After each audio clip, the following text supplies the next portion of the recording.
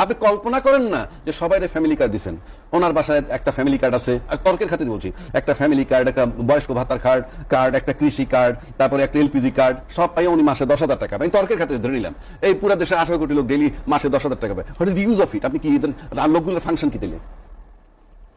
আপনি 2,500 টাকার একটা ফ্যামিলি কার্ড মনে করেন 100 লোকের যদি দেন তাহলে কত হয়? 2.5 লাখ টাকা 100 জনের যদি দেন।